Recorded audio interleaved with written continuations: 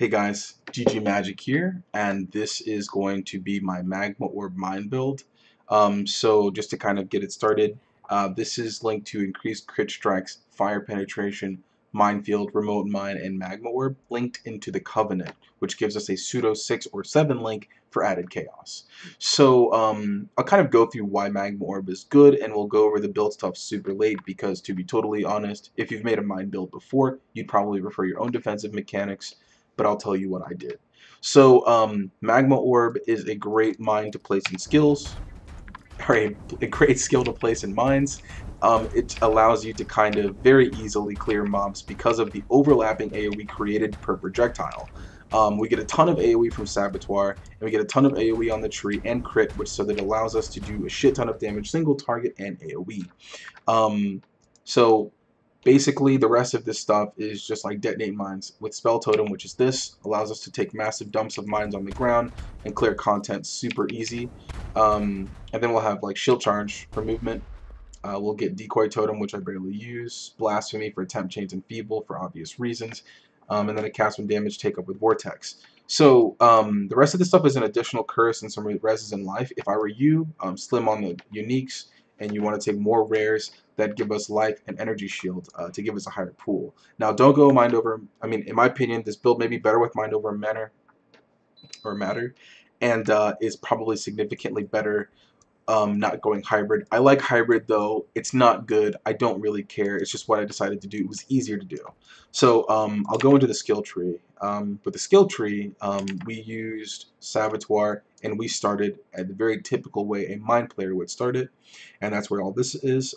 So we've got increased crit strikes, all that good stuff, projectile speed. Do not overlook projectile speed for this build. It heavily increases clear speed. We get the life.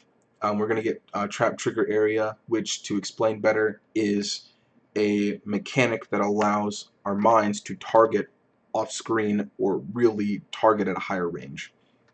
If something's out of range, instead of targeting the enemy, it will throw the mine or the magma orbs in random directions. This is commonly used in, say, KB mines, Frostbolt mines, any mines with range, and in the past Bladefall poison mines back in the day, before it was nerfed. But generally, this is something you want to get to give yourself more off-screen potential. So yeah, pretty good. Power charge, the Saboteur for additional mines placed, gives you a higher top-end damage. Don't take it if you're suffering with skill points. It's really not all that amazing. It does give you pretty good damage, but you know, to be totally honest, if you don't really feel like it's good, you probably shouldn't take it. But I love it. It's good. It's easy to get in the beginning, that's for sure. But yeah, life, crit, Doomcast. Gotta get Doomcast. Volatile mines. You have no choice but to take this. If you do not take this, then you're not playing mines. Gives you instant detonation and mine laying speed. And AoE. So this is kind of the end-all be-all mine node. If you don't actually take it, the reason I say don't play mines is because it makes them detonate instantly, which is like amazing. If you didn't do that, this build would be shit. So or really all mines would be shit if this node didn't exist. And then besides that, you get more crit and blast cascade. So blast cascade, which is a pretty controversial point. It actually is linking your power charge and crit generation to clear speed. The more you clear, the faster you interact with mobs, the quicker your mines get power charges because they target mobs.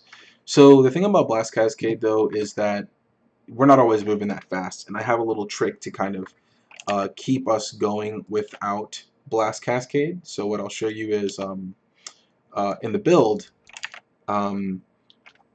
let's say we get to a boss. Say we're going to Guardian, right? And we're going to a Guardian. Say we're going to Phoenix or whatever. We can't really start the fight with all our power charges. So what we do is we have in our weapon swap one of these bad boys, the Jaws of Agony. One of, in my opinion, this actually kind of, if this was a relevant item, it would be ruining design space. But what it does is when you throw, or you get a chance to, gain power charges when you throw a trap. Now, what that looks like is this. And you'll notice, now I have 4 power charges. Now I have 5. So yeah, 5 power charges instantly before the fight starts. You can go in, and then as you fight, you'll gain them back from targeting.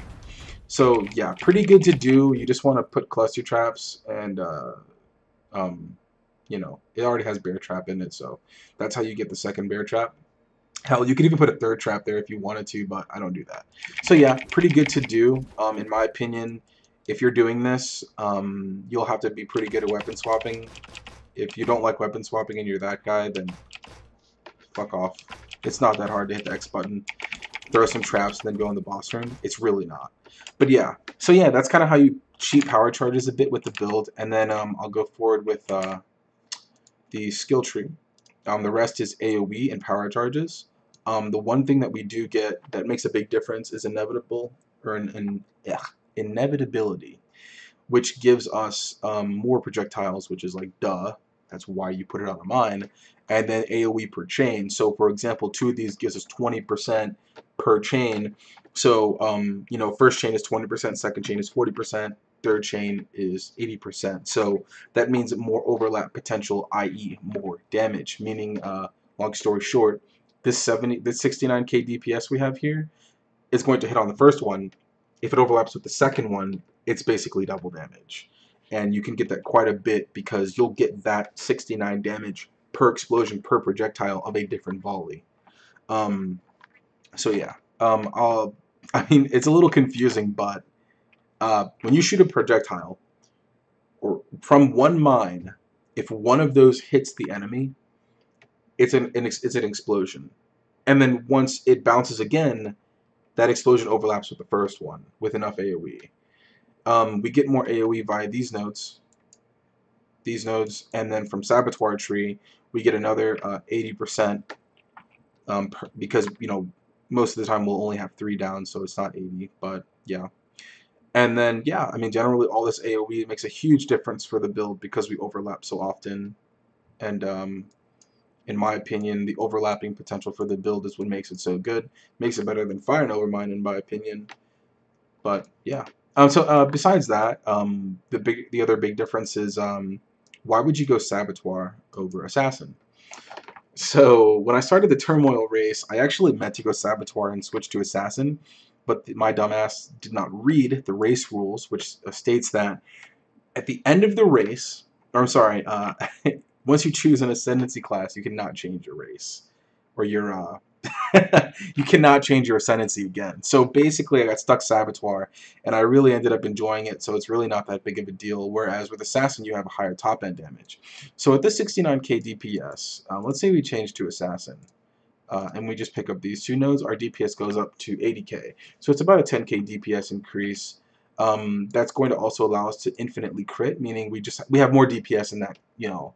So generally, more chance to crit and multiplier is just better in general, but the AoE allows us to overlap more often. I don't have any proof to say which is better, but if you're an Assassin guy, go with Assassin. If you're a Saboteur like me, go with that. That's my choice. Now the thing about it though is the controversial line here for Born in the Shadows and Blinding Assault, which is considered to be widely shit.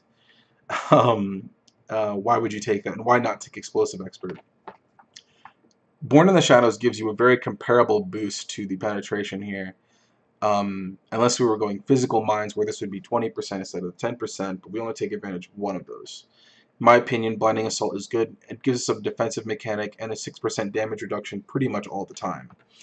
Because we're blinding all the time, we always have 6% damage reduction. It's pretty fucking good. You really can't get past that. You can get one shot, of course, anyone can, but I personally just like the defensive mechanics of the Blinding Assault, but your choice. But of course, this is mandatory. Really, the difference is DPS between these 2 classes. DPS or quality of life. And the overlapping and stuff could cause a shift in damage, but it can't really be recorded or shown. If you look at my Strand video, in that video it shows me basically overlap the living shit out of the Strand boss, and it killed them.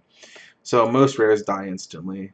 Uniques die in a couple hits. So pretty good build. I got it to 90, and yeah, I'll show you really quick the a trick that I use, that most saboteurs use when they are mining, because it's pretty fucking annoying to have to click the ground beneath you and then detonate the mine and then run. So it sucks to have to say, click your feet, run, detonate the mine, click your feet, run, detonate the mine.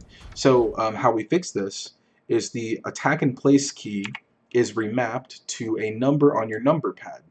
Here it is on number pad 9. So how does that help? Because now instead of holding shift to cast it without moving my cursor, I instead would hold the 9 button, which is significantly worse. But here's how I'll save your pinky a bit by doing this. Hold the 9 key while the number lock is on, and then let go of it. I'm sorry, hold the number key 9, and then turn your number lock off.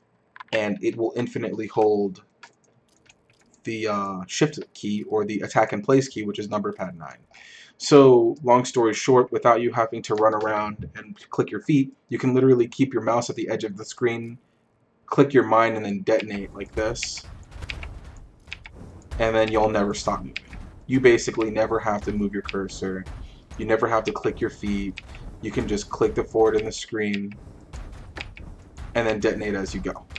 It's significantly easier to do it this way. Without this, I would not be playing mines. So just to kind of run through that again, hold the number you have it linked to, so we'll say number pad 9, turn off your numlock while you're holding it, and then it will lock in the attack in place key. So it's definitely worth doing. If you're not doing this, then rip your pinky, but it's great. And then besides that, another thing that we do as far as like uniques, with my particular build, Winds of Change is a huge fucking deal. The projectile speed makes them go this fast. Projectile speed is a huge boon to the build because it allows you to clear faster. So yeah, definitely take that. And then we have the Covenant, like I talked about, for the more DPS. And then we have Bull's Vision. The only reason we're taking Bull's Vision is because of the insane amount of health regen. We cast the mine, and then we get max health again. Instead of without it, can I take that off? Yeah, so if I take it off, we start dying throughout the map. So definitely good to have that. So yeah, besides that, I mean, most of the build is pretty much straightforward mine stuff. If you're familiar with mines, you know how to do this. So yeah, I mean, it's all pretty straightforward. Magma Orb is pretty amazing. We use Divinarius for AoE. And again, I mean, if you guys have any feedback for me, please let me know. The build is kind of still a work in progress. I mean, generally, for something like this, it's mine, so it's not too difficult to find out. So thanks again for watching, guys. If you have any questions or anything, let me know. I'm going to leave all the information in the description if you want to just kind of click my paste bin or anything like that to see the build. So yeah, thanks again, guys, and I'll see you later.